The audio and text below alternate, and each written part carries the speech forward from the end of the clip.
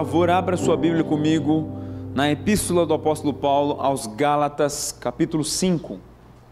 Gálatas, capítulo 5.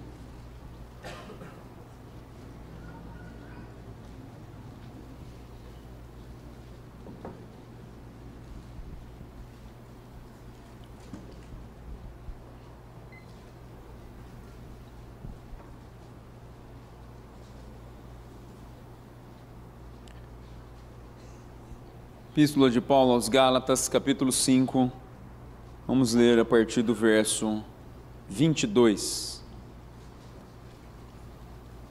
A palavra de Deus diz o seguinte: mas o fruto do Espírito Santo é amor, alegria, paz, longanimidade, benignidade, bondade, fidelidade, mansidão, domínio próprio. Contra essas coisas não há lei. Só até aí, curva sua cabeça, feche seus olhos e vamos orar para que Deus fale conosco nesse momento. Senhor, é sempre debaixo da sua graça e da sua misericórdia que nós nos achegamos diante de Ti. Nenhum de nós aqui merece, meu Deus, ouvir as suas santas palavras, mas é sempre por conta da Tua graça, do Teu perdão, da Tua misericórdia, que o Senhor transmite as suas palavras a nós. Que mais uma vez o Senhor nos ensine, meu Deus, a respeito da sua santa palavra. Nos ensine, meu Deus, sobre esse fruto do Espírito Santo, que é a alegria, que muitos cristãos hoje em dia não conhecem, ou acham até impossível de desfrutar da alegria em meio a tantas dificuldades, em meio a tantas aflições, em meio ao mundo caótico onde nós só vemos e recebemos más notícias, e passamos por dificuldades em todos os momentos e em muitas circunstâncias. Mas que o Teu Espírito nos ensine nessa noite, e sobretudo que Ele produza em nós esse fruto gracioso que é a alegria. O Senhor nos deu inúmeras palavras, inúmeras passagens bíblicas nos ordenam a nos alegrarmos. Que o Senhor, por Teu Espírito então, abra nossa mente, abra o nosso coração para entender as Suas santas palavras. E as Suas palavras nos edifiquem, Suas palavras tragam fruto em nós, produzam fruto em nós. E um dos frutos que nós desejamos que sejam produzidos em nós nessa noite é a alegria. Faz isso pela Sua misericórdia e pela Sua graça. Em nome do Senhor Jesus. Amém. O tema da minha mensagem hoje é alegrai-vos. Ainda que eu tenha lido aqui sobre os frutos do Espírito Santo em Gálatas capítulo 5, eu vou explorar somente o fruto do Espírito Santo da alegria. Bom, essa passagem e esse fruto do Espírito Santo, ele vem de encontro conosco num momento onde é muito difícil da maioria de nós desfrutarmos desse sentimento que está se tornando cada vez mais escasso nesse mundo, e é até escasso entre os cristãos, e ele não poderia ser escasso entre os cristãos, pois um sentimento constante que permeia o coração da maioria dos cristãos hoje em dia é a tristeza. E não é à toa que hoje as doenças mentais, as doenças que dizem respeito e que alteram os sentimentos, são as mais famosas e as que mais afetam a sociedade em nossos dias. Nós somos conhecidos atualmente como o mundo dos depressivos, pessoas frustradas, tristes, sem qualquer esperança e acabados. A Associação Brasileira de Psiquiatria, ela diz que a depressão é uma das grandes doenças do século 21. E os cristãos atuais, infelizmente, têm sofrido desse mal, e esse mal tem permeado os seus corações. Pessoas que não têm mais motivação para viver, que entram nos cultos, e você percebe essas pessoas sempre com uma cara amarrada, com uma cara triste, parece que elas estão carregando um fardo diariamente. Infelizmente, se nós olharmos a nossa volta, se nós olharmos as notícias, se nós olharmos para a economia do país, para o governo, por todas as outras circunstâncias que nos cercam, nós, de fato, se nós olharmos somente para esse mundo, não há muito para nós nos alegrarmos. E infelizmente isso tem tomado o coração dos cristãos, e os cristãos têm vivido uma vida triste e até sem esperança. No entanto, apesar de nós vivermos e convivermos com esse sentimento, e muitos de nós estarmos nos acostumando com esse sentimento, ao ponto de muitos entenderem que é normal o cristão viver triste, nós não encontramos respaldo nas Escrituras para nós entendermos que o cristão deve viver uma vida de tristeza. Paulo, nessa passagem, inclusive essa carta aos Gálatas, ele escreve essa carta porque ele está querendo combater os mestres judaizantes que estavam tentando derrubar a doutrina da justificação pela fé. E esses homens ensinavam que a justificação, a salvação, se tornar justo diante de Deus, seria pelas obras, pela observância da lei. E então, um dos aspectos que Paulo vai tratar aqui, é que essas características, esses frutos aqui, do Espírito Santo, não são produzidos pela obra humana, mas eles são produzidos pelo Espírito. Quando você vai para os originais, a palavra fruto, ela era uma palavra usada para se descrever o fruto de uma árvore, o fruto do ventre, ou seja, a ideia daquilo que origina algo, que vem algo. Essa palavra ela vem e ela estabelece um contraste com Gálatas 5,19. Se você for aí nos versículos anteriores, Gálatas 5,19 fala: ora, as obras da carne. O que significa obra da carne? É algo que é próprio da carne, que pertence à carne. Você não precisa se esforçar para produzir prostituição, impureza, lascívia, idolatria, feitiçaria, inimizade, porfia, ciúme, ira, discórdia e por aí vai. Você não precisa se esforçar. Isso já está aliado à natureza humana, isso já está fixado na carne de todo e qualquer ser humano. Mas ele estabelece um contraste, porque ele diz que isso aqui, esses de 5,22, do Gálatas 5,22, são os frutos do Espírito. É algo que é produzido pelo Espírito, não é fruto do homem natural, mas sim da ação do Espírito Santo na vida de um homem espiritual. E são características aqui. O que são esses frutos? São características, são qualidades espirituais básicas. E esses três primeiros, então, dizem das qualidades espirituais mais básicas que devem existir no coração: amor, alegria e paz. São características do caráter. E são produzidas somente pelo Espírito Santo, produzidas então divinamente. Por isso elas não podem ser reproduzidas pelo homem, mas tão somente pelo Espírito. A ideia é, quando Paulo escreve aqui fruto do Espírito, ele provavelmente estava fazendo uma alusão àquilo que Jesus disse em João capítulo 15, quando ele conta que o Pai é o agricultor, que Jesus é a videira e nós somos os ramos.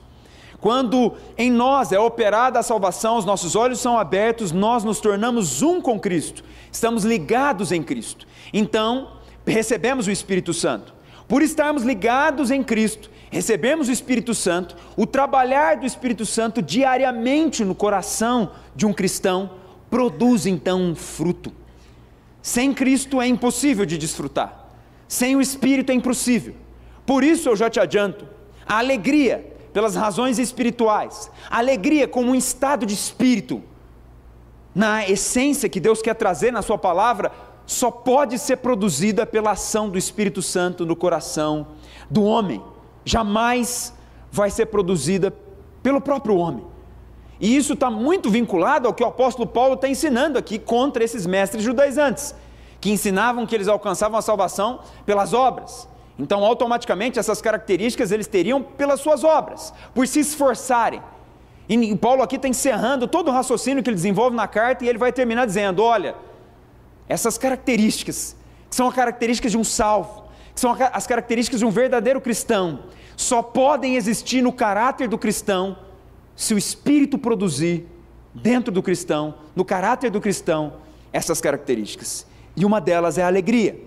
A palavra aqui, alegria, nada mais significa do que alegria, regozijo, satisfação. E é interessante agora, diante do fato de nós estudarmos agora alegria, essa mensagem não vai ser uma mensagem expositiva, onde nós passaremos versículo por versículo, mas vamos estudar o tema alegria em toda a Escritura, para que você entenda como que você deve se portar diante das situações? Como o povo de Deus se portou no Antigo Testamento? Como o povo de Deus se portou no Novo Testamento? Qual era a característica da igreja de Atos em relação à alegria? E depois apresentaremos 5 motivos pelos quais o cristão deve se alegrar em todo momento. Estudando aqui então a alegria, que era uma característica do povo de Deus. A alegria, meus irmãos, sempre foi uma característica do povo de Deus, tanto no Antigo Testamento como no Novo Testamento. Jamais foi a tristeza, pelo contrário, foi a alegria. Começando então no Antigo Testamento. O Antigo Testamento ele revela que a alegria era um sentimento comum com relação ao povo de Deus. E no Antigo Testamento você vê a alegria muito presente nas festas judaicas, quando eles tinham aquelas festas onde eles celebravam determinadas vitórias e determinados períodos, determinados livramentos de Deus. Havia muita alegria neles nas vitórias nas guerras, e também nós vemos inúmeros salmos dizendo sobre nós nos regozijarmos no Senhor, nos alegrarmos no Senhor. E eu vou aqui destacar algumas passagens do Antigo Testamento que dizem respeito à alegria. A primeira delas está em Neemias capítulo 12, 43, que ele diz aqui: no mesmo dia ofereceram grandes sacrifícios e se alegraram, pois Deus os alegrara com grande alegria. Essa passagem ela mostra um período no qual o povo de Israel consegue reconstruir os muros, liderados por Neemias. E após terminarem essa construção dos muros, a restauração dos muros, eles se alegram muito com aquela vitória que Deus havia dado para eles. Mas aqui é interessante também que nós já percebemos aquele mesmo princípio que Paulo estabelece em Gálatas 5:22, porque ele fala: Deus os alegrara com grande alegria, nos mostrando e nos ensinando que a alegria vem de Deus, e é uma característica do seu povo. Nós também vemos em Esther capítulo 8 verso 16, para os judeus houve felicidade, alegria, regozijo e honra. Essa passagem de Esther, ela retrata um momento onde um decreto assinado pelo rei Artaxerxes tinha sido anulado, e esse decreto ele determinava o extermínio de todo o povo judeu. Então Deus, por meio de Esther e do jejum proclamado por todo o povo, e Esther juntamente, Esther se apresenta diante do rei, ela denuncia tudo aquilo que estava acontecendo e o rei anula aquele decreto, e o povo então é tomado de grande alegria. Salmo capítulo 4 verso 7 diz: mas alegria me puseste no coração do que a alegria deles, quando lhes há fartura de cereal e de vinho. Esse é um salmo de Davi dizendo que Deus colocou alegria em seu coração em meio à angústia. E Davi faz um contraste muito interessante. Fala: o Senhor colocou alegria no meu coração, e é uma alegria muito diferente da alegria do mundo, dos gentios, porque eles têm alegria quando eles têm fartura de cereal e de milho. Ou seja, Davi está dizendo que o mundo, ou os gentios que não entendiam, que não recebiam a alegria de Deus, eles se alegravam em meio à prosperidade, em meio à abundância de alimento, sem meio à fartura. Salmo capítulo 16 verso 11, Davi também diz, um outro salmo: na tua presença há plenitude de alegria. Uma característica da presença de Deus manifestada em seu povo. Quando Deus ele se manifesta no meio do seu povo, ele traz alegria sobre o seu povo, satisfação sobre o seu povo, completude sobre o seu povo. Por isso que Davi diz aqui: na tua presença há abundância, há plenitude de alegria. No Salmo capítulo 30 verso 5, Davi diz: ao anoitecer pode vir o choro, mas a alegria vem pela manhã. Esse é um salmo de Davi no sentido de que nós devemos, mesmo diante das dificuldades, mesmo quando virem as dificuldades, certamente Deus irá nos amparar em meio a elas. Ele diz: o choro pode durar uma noite, o choro pode vir ao anoitecer, mas a alegria vem pela manhã. Davi ensinando isso. Salmo 32, 11: alegrai-vos no Senhor e regozijai-vos, ó justos.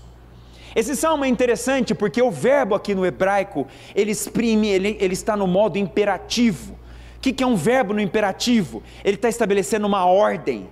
Então o salmista está dizendo assim: alegrai-vos no Senhor e regozijai-vos, aos justos, mostrando para nós que estar alegres diante de Deus não é uma opção, não é uma faculdade que você escolhe ou não, é uma ordem. O salmo exprime uma ordem para nós. Inclusive, Spurgeon vai, ao comentar esses salmos, ele disse que a felicidade não é apenas o nosso privilégio, mas é o dever do cristão ser alegre. E inclusive aqui, ele diz que uma das motivações do povo naquela ocasião, que esse salmo ensina, é que eles devem se alegrar no Senhor. O que é o prazer da alma de qualquer cristão? Um cristão verdadeiro, ele tem prazer no Senhor, em desfrutar da presença de Deus. Então, ao ir para o culto, ele se alegra porque ele vai desfrutar da presença de Deus. Ao dobrar os seus joelhos, ele se alegra porque ele sabe que Deus ouve a sua voz. É uma característica do povo no Antigo Testamento. Salmo capítulo 100, verso 2. Agora ele vai dizer de um salmo que era um hino que o povo de Israel cantava quando eles estavam indo para o templo, ao entrarem dentro do templo. Olha o que o salmo diz: servi ao Senhor com alegria. Ou seja, o povo, quando se achega diante de Deus, quando você vem para o culto, e automaticamente quando o povo ia para o templo, eles estão indo para fazer o quê? Você não vem no culto, o primordial do culto não é você ser edificado. Jamais, o culto não foi feito para os seres humanos. O culto é feito para Deus. Por isso que nós, quando ensinamos para você sobre temor e reverência, não é por conta do pastor, da igreja, é por conta de Deus. Isso aqui nunca foi feito para servir você. O culto é um momento onde o povo adora a Deus, serve a Deus. A palavra é a proclamação da palavra, da palavra e da ordem dele, para que o povo caminhe debaixo dessa ordem. Mas todo culto é feito para ele ser honrado. E há uma ordem no Antigo Testamento dizendo: servir ao Senhor com alegria. Ou seja, quando vocês estiverem indo para o templo, entendam, cantem com alegria, louvem com alegria, orem com alegria, levantem as mãos com alegria. É uma festa estar na presença de Deus. Essas são algumas das características do Antigo Testamento. Então você vê alegria presente em minha batalha, em minha vitória, em meu livramento. Você vê alegria em minha tristeza, você vê alegria no Senhor, se alegrar-se nele, e você vê uma alegria para servir a ele. No Novo Testamento agora, o Novo Testamento também relata a alegria dos apóstolos e dos primeiros cristãos da igreja primitiva, e algumas outras motivações também. Jesus cita uma parábola para dizer a respeito do reino dos céus, em Mateus capítulo 13, verso 44, e ele diz o seguinte: o reino dos céus é semelhante a um tesouro oculto no campo, o qual certo homem, tendo achado, escondeu, e transbordante de alegria, vai e vende tudo que tem e compra aquele campo. Essa parábola que Jesus conta do tesouro escondido, ela diz respeito ao momento onde o cristão encontra o reino dos céus, onde ele encontra o caminho para ele entrar no reino dos céus, para ele ingressar na presença de Deus. E ele diz aqui que aquele que encontra o reino dos céus, ele está disposto a vender todas as outras coisas, ele está disposto a perder todas as outras coisas, porque há nele uma transbordante alegria por ter encontrado o reino dos céus. Depois nós temos Atos capítulo 13, verso 52, que diz o seguinte: os discípulos, porém, transbordavam de alegria. Transbordar aqui é estar cheio, é completar, é preencher até o máximo de alegria. E aí você vai dizer, certamente que esse versículo deve dizer a respeito ao momento onde a igreja primitiva encheu de gente, eles estavam orando, adorando, e eles encheram de alegria. Não. Atos 13:52, o contexto de Atos é que depois que eles começaram a pregar, levantaram-se mulheres para difamar a eles e para tentar atrapalhar e prejudicar a obra de Deus que estavam avançando. E ali há alguns impedimentos e algumas restrições em relação a Paulo, em relação a Barnabé, mas eles debaixo, os versículos são assim, eles mostram as restrições, os problemas que eles estão enfrentando, e na sequência ele diz: os discípulos, porém, transbordavam de alegria. Uma característica dos discípulos de Cristo naquela época é, mesmo debaixo de intensa perseguição, mesmo quando haviam grandes obstáculos, inclusive para o reino de Deus avançar, inclusive perseguições vinda por estados, vinda por outras pessoas, perseguições, calúnias, a característica deles não é tristeza, não é parar, pelo contrário, a Bíblia diz aqui que eles transbordaram de alegria. Eles encheram, é como se dá a ideia de um copo onde você enche de água, ele transborda. A alegria deles era transbordante, eles extravasavam a alegria. mesmo no meio de intensa perseguição. Romanos capítulo 14, verso 17, Paulo vai dizer a respeito das características do reino de Deus, de uma pessoa, quando ela tem o reino de Deus nela. E ele diz: porque o reino de Deus não é comida nem bebida, mas justiça e paz e alegria no Espírito Santo. A evidência de que um cristão ele está e pertence ao reino de Deus é que ele tem uma alegria inexprimível. A palavra grega aqui diz respeito a uma alegria inexprimível, uma alegria que você não consegue colocar nas palavras. Qual foi a última vez que você teve essa alegria? Qual foi a última vez que você desfrutou desse tipo de alegria aqui que eu estou dizendo? Ele diz aqui: o reino dos céus, o reino de Deus, não é comida, não é beber, não é se fartar, mas pelo contrário, é desfrutar de justiça. Fomos justificados em Cristo. É desfrutar de paz, temos paz para com Deus porque Cristo morreu por nós. E é desfrutar da alegria no Espírito Santo. O Espírito Santo está presente dentro de mim, uma parte de Deus faz parte, está dentro do meu interior, e o que eu exprimo com isso? Alegria, abundante, transbordante. Um outro verso, Paulo está escrevendo essa carta, Filipenses capítulo 4, verso 4, Paulo nesse momento está preso em Roma, e ele já está praticamente no caminho da sua morte, está perto de morrer, e ele diz o seguinte, Filipenses 4:4, alegrai-vos sempre no Senhor, outra vez digo, alegrai-vos. Mais uma vez, nós vemos, então você viu uma ordem, dentro do Antigo Testamento, o salmista dizendo, alegrai-vos no Senhor, e você vê uma ordem no Novo Testamento, mostrando para você que essa ordem, ela existe desde o Antigo, continua no Novo e existe até hoje. E é interessante, porque quando você analisa aqui nos originais, essa palavra grega aqui, ela está também no modo imperativo. O que é no modo imperativo? É um modo de ordem. É como se no português eu dissesse para você assim, ó, vá até lá fora. Estou te dando uma ordem para ir até lá fora.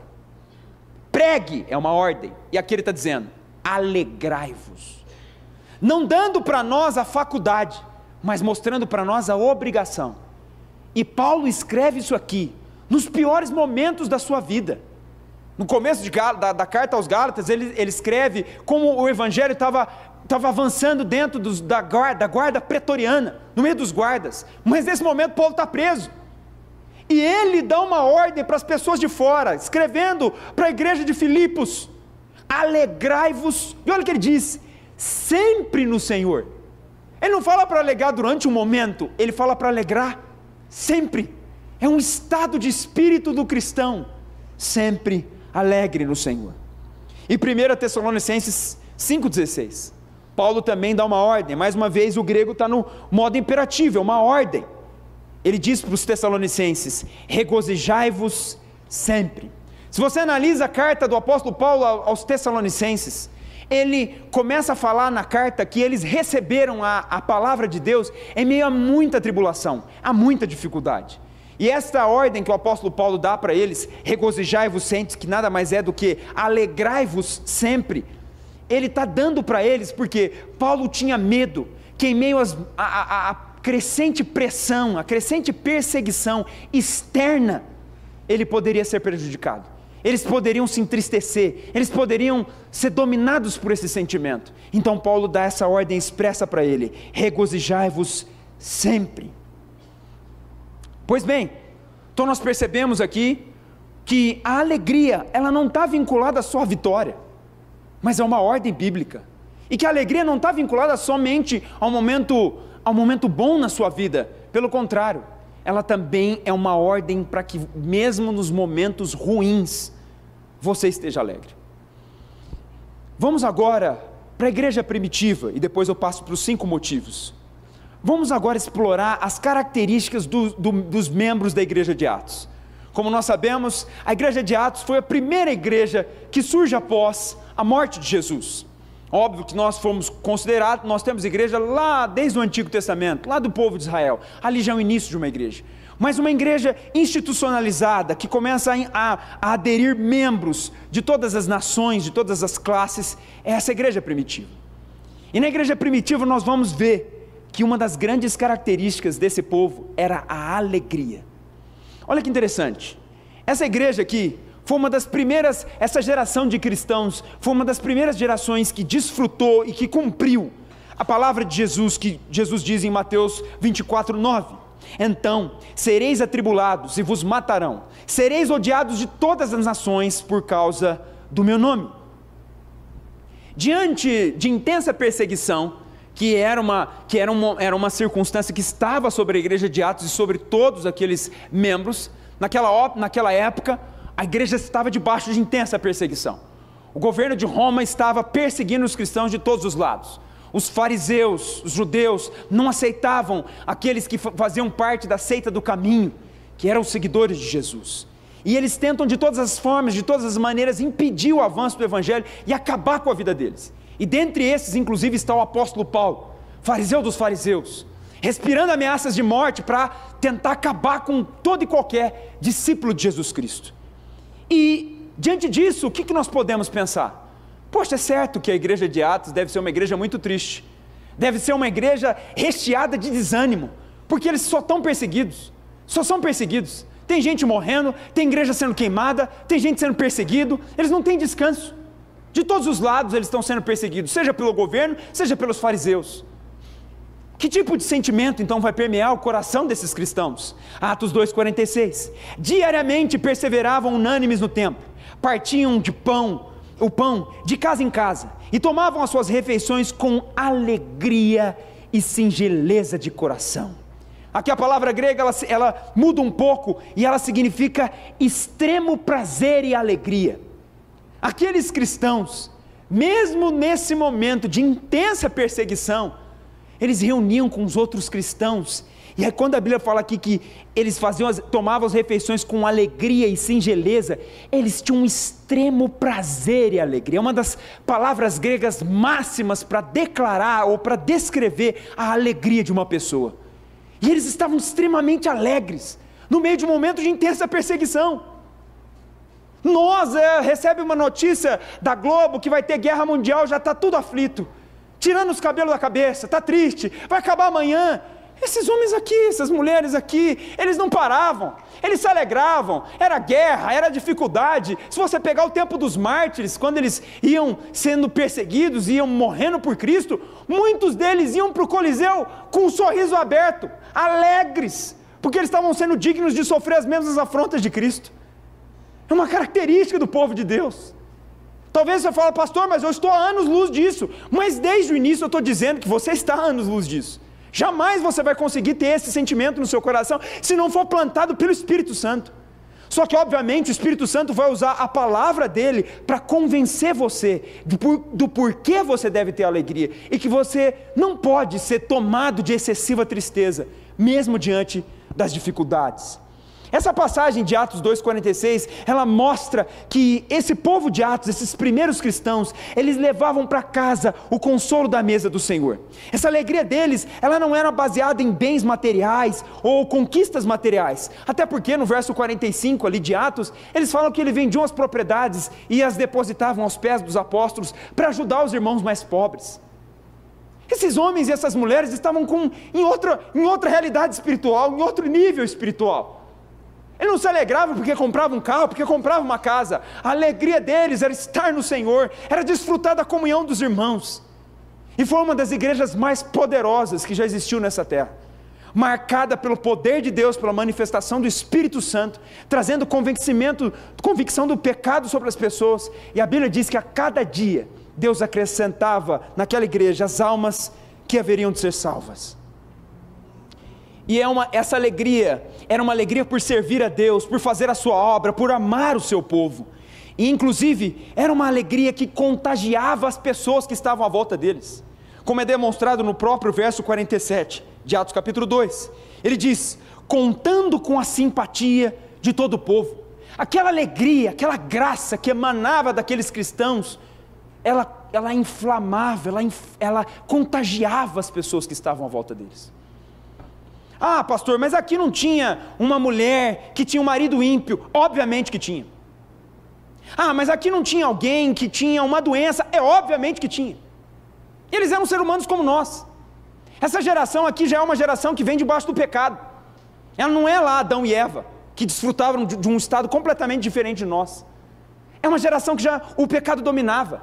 É óbvio que eles tinham dificuldades financeiras, é óbvio que eles passavam por doenças, é óbvio que, e além de tudo isso, o governo estava na cola deles. Muito diferente de nós aqui, que apesar de todas as coisas, nós ainda podemos desfrutar disso aqui. Olha aqui, todos vocês estão sentados, ouvindo a palavra de Deus. Você não tem um monte de guarda lá fora esperando você. Nesta época tinha. Nesta época eles louvavam a Deus e não sabiam se ia continuar vivos daí para frente. Mas olha o que estava no coração deles. Pois bem, você aprendeu agora que a alegria deve estar presente, e ela era uma ordem tanto no Antigo Testamento, no Novo Testamento, estava presente na igreja primitiva, era uma característica dos verdadeiros cristãos. Agora nós vamos explorar motivos de alegria. Por que você deve se alegrar? Tá bom, pastor, você falou da alegria, tá, eu me alegro no quê? Claro que eu já te falei que o principal motivo de se alegrar é no Senhor. Não tem coisa mais maravilhosa, mais contagiante, mais graciosa do que desfrutar da presença de Deus. Mas vamos lá. Diante então dessa ordenança bíblica e de todos os benefícios que um cristão recebe ao aceitar o Evangelho, agora eu vou mostrar para vocês alguns motivos para o cristão ser alegre. Primeiro motivo, o Evangelho de Jesus Cristo, as boas novas. Mais uma vez eu cito a parábola de Jesus de Mateus 13:44. O reino dos céus é semelhante a um tesouro oculto no campo, o qual certo homem, tendo achado, escondeu, e transbordante de alegria, vai e vende tudo quanto tem e compra aquele templo. Esse tesouro aqui nada menos representa do que o Evangelho, quando nós encontramos as boas novas de Jesus Cristo. O motivo pelo qual você entra ali no templo, entra aqui para dentro da casa de Deus, para louvar a Ele, dentro desse templo, onde o principal objetivo é você adorar a Deus e servir a Ele. Um dos motivos pelos quais você entra aqui alegre, é por causa do Evangelho. Por que por causa do Evangelho? Porque quando você lembra do Evangelho, você lembra quem você era antes de ser salvo. Eu já falei isso repetidas vezes e não vou cansar de dizer. A Bíblia nos chamava de inimigos de Deus, aborrecedores de Deus, filhos da ira, filhos da desobediência, filhos do diabo. Esses eram os nomes, os nossos alcunhas na Bíblia. Era a maneira como Deus nos via. E a maneira como Ele nos vê hoje é como os filhos de Deus. Hoje nós somos adotados para dentro da família de Deus. Você não está mais lá fora. Você não pertence mais a qualquer classe, você não pertence ao Deus desse século, você não anda mais segundo o curso desse mundo, você não está fadado a terminar a sua vida no inferno.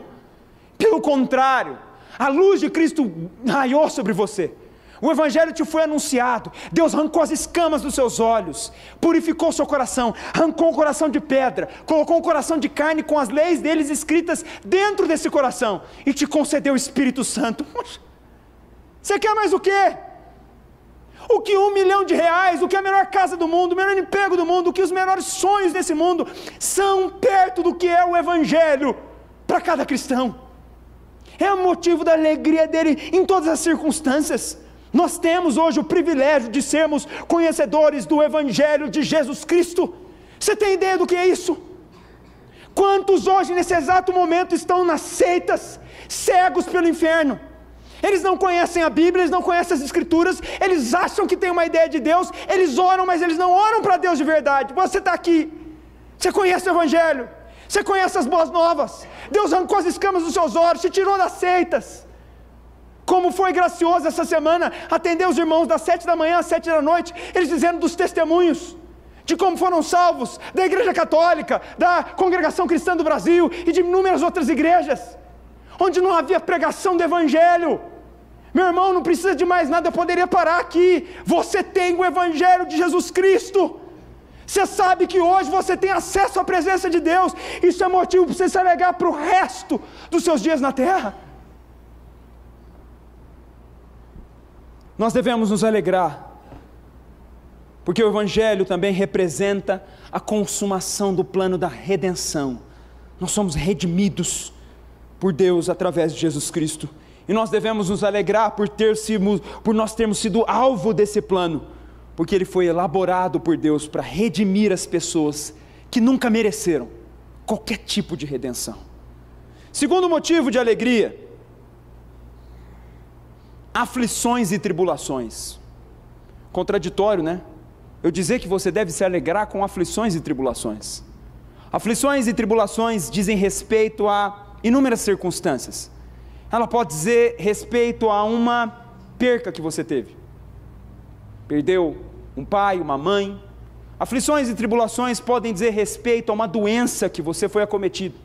Aflições e tribulações pode ser uma notícia no qual você estava bem empregado e de repente recebe uma demissão. O chefe te chama dentro da sala e te demite, sem qualquer tipo de motivo. Aflições e tribulações estão dentro dessas características. E Paulo vai nos dizer que mesmo no meio das aflições e das tribulações, nós devemos nos alegrar. 2 Coríntios capítulo 8, verso 1 e 2, ele diz: também, irmãos, vos fazemos conhecer a graça de Deus concedidas às igrejas da Macedônia, porque no meio da muita prova de tribulação, manifestaram abundância de alegria. O que é essa? Manifestaram abundância de alegria, ou seja, mais do que necessário.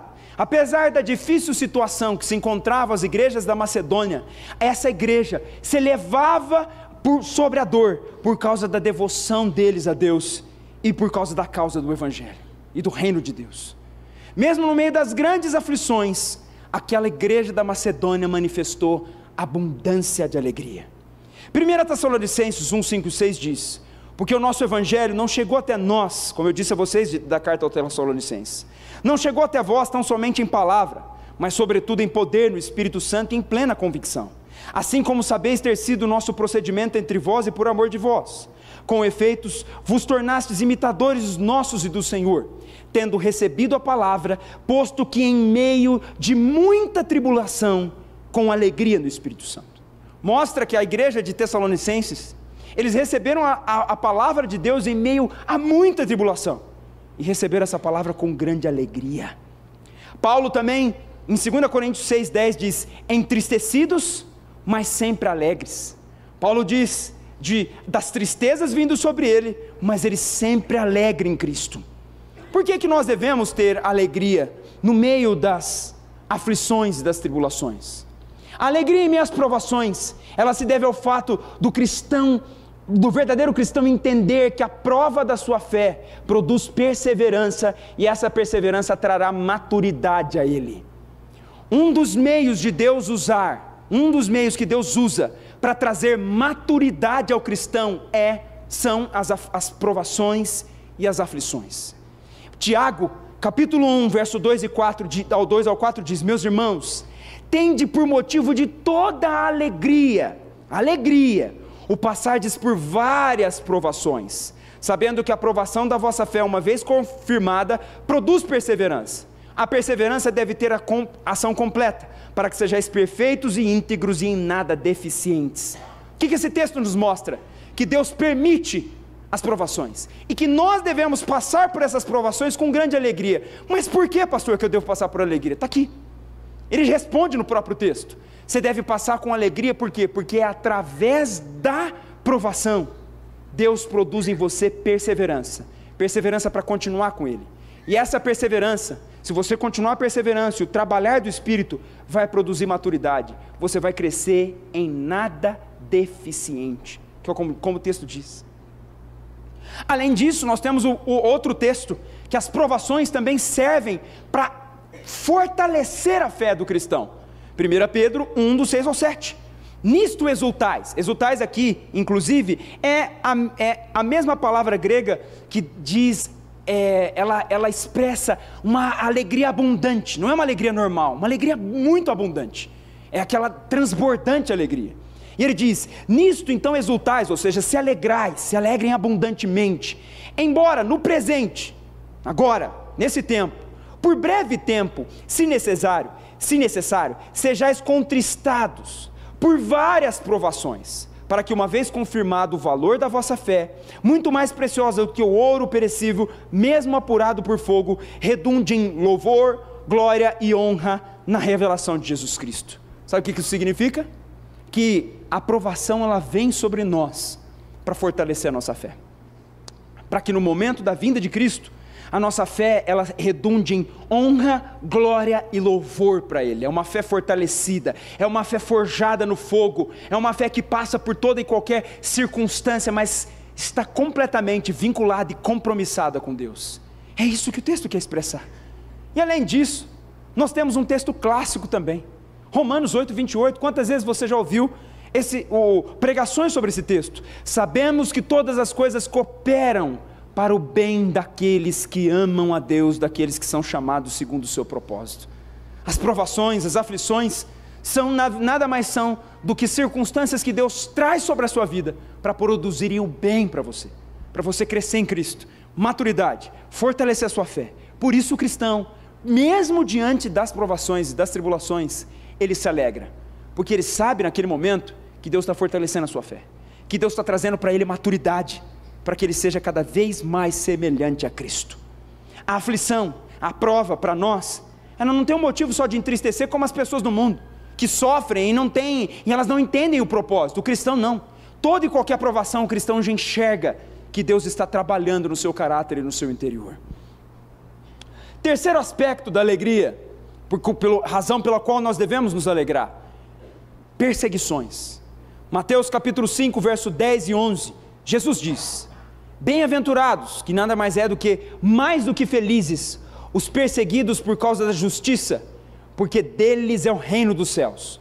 Bem-aventurados sois, quando por minha causa vos injuriarem, vos perseguirem, e mentindo, disserem todo mal contra vós.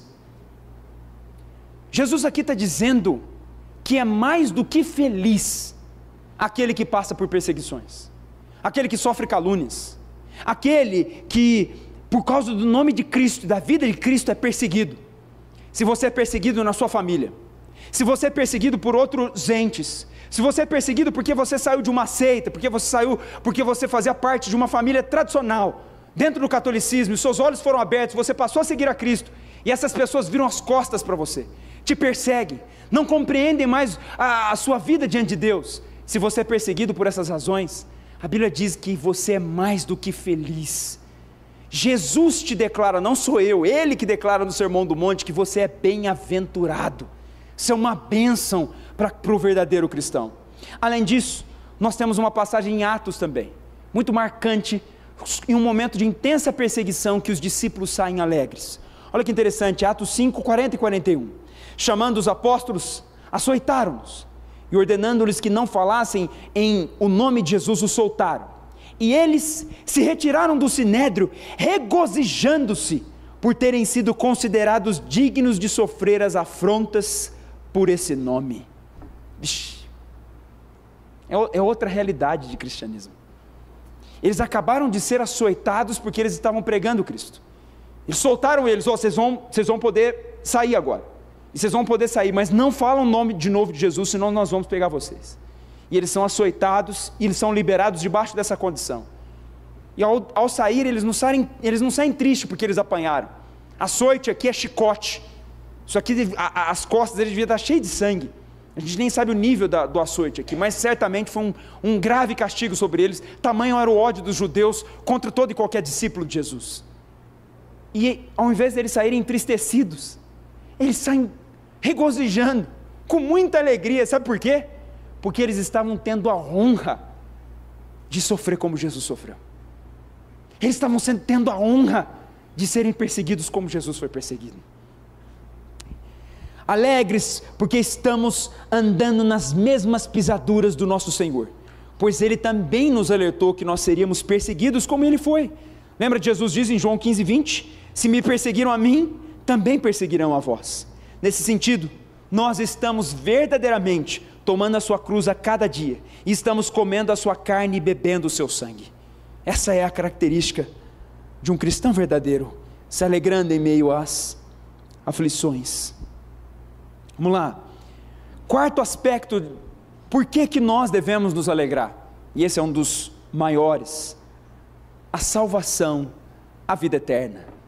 João 3, 16, 17, porque Deus amou o mundo de tal maneira que deu seu Filho unigênito, para que todo aquele que nele crê, não pereça, mas tenha a vida eterna. Porquanto Deus enviou o seu Filho ao mundo, não para que julgasse o mundo, mas para que o mundo fosse salvo por intermédio dele. Pela graça e pela misericórdia de Deus, Deus nos garantiu a salvação. Você é alvo dessa salvação. Você foi salvo em Jesus Cristo. Você está aí sentado ouvindo essas palavras porque você foi salvo, porque os seus olhos foram abertos.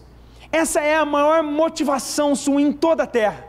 Davi, que era um homem muito rico, tinha muitas mulheres. Depois de cair em pecado, ele sente muita tristeza pelo seu pecado, e ele perde a alegria da sua salvação. No Salmo 51, verso 12, ele ora ao Senhor: torna a dar-me a alegria da sua salvação. A alegria da salvação, ela deve ser algo que permeia o coração de todo e qualquer cristão. O cristão não está preocupado com a guerra de amanhã, ele não está preocupado se a economia vai falir, o que vai acontecer amanhã. Ele já tem uma certeza que Deus o salvou, e se Deus o salvou, ele vai pegar ele pelas suas mãos e vai conduzir esse cristão até o fim dos seus dias nessa terra. A salvação é o motivo da sua maior alegria, é o motivo pelo qual você vem no culto regozijante e alegre todos os dias. Você é salvo, o pecado não te domina mais, você não é mais escravo do diabo, você não é mais escravo da lei, você não é escravo mais dos seus pecados, você foi salvo. E isso é o maior motivo de regozijo de todo e qualquer cristão. Paulo inclusive ordena isso em Romanos 12:12, regozijai-vos na esperança. E no próprio Romanos ele diz que essa esperança é a esperança da glória de Deus. É essa esperança que domina os nossos corações. Pelo fato de nós sermos salvos, sabemos que um dia nossa vida vai terminar nessa terra, e nós seremos recebidos por toda a eternidade nos céus.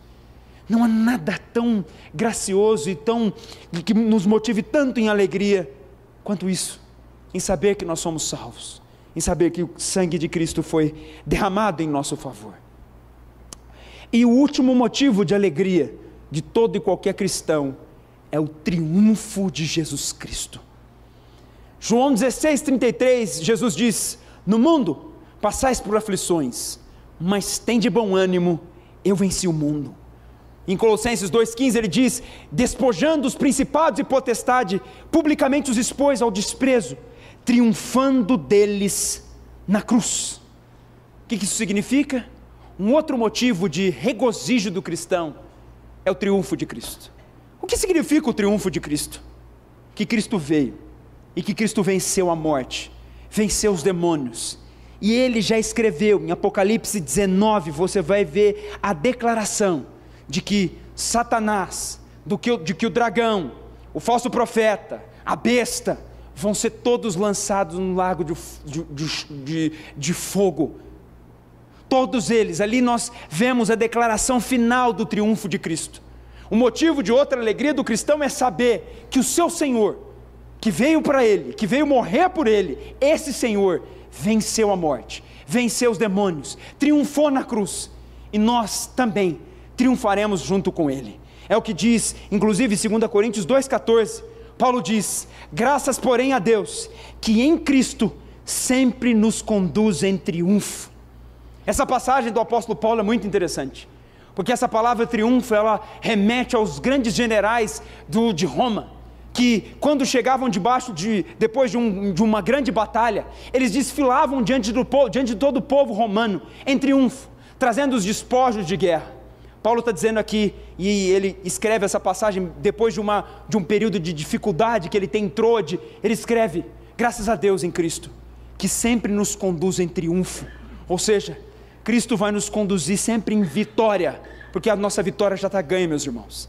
A nossa vitória já está lá na cruz do Calvário. Ele já conquistou para nós já herdamos essa vitória, e nós já sabemos o final de todas as coisas. Por isso o cristão não teme a guerra, o cristão não teme o que vai acontecer nesse mundo. Ele já tem um destino certo, ele já tem uma vitória garantida. Cristo já escreveu nas palavras finais do Apocalipse como tudo vai se encerrar, com Cristo triunfando sobre tudo e sobre todos. O cavaleiro do cavalo branco, Rei dos reis e Senhor dos senhores, triunfando sobre todas as hostes de Satanás. E assim, nós podemos desfrutar dessa graciosa e maravilhosa característica que é esse triunfo de Cristo. E o meu desejo, meus irmãos, para cada um de vocês, É o mesmo desejo de Paulo quando ele escreve para os Romanos, em Romanos capítulo 15, verso 13. E o Deus da esperança vos encha de todo gozo, de toda alegria e paz no vosso crer, para que sejais ricos de esperança no poder do Espírito Santo.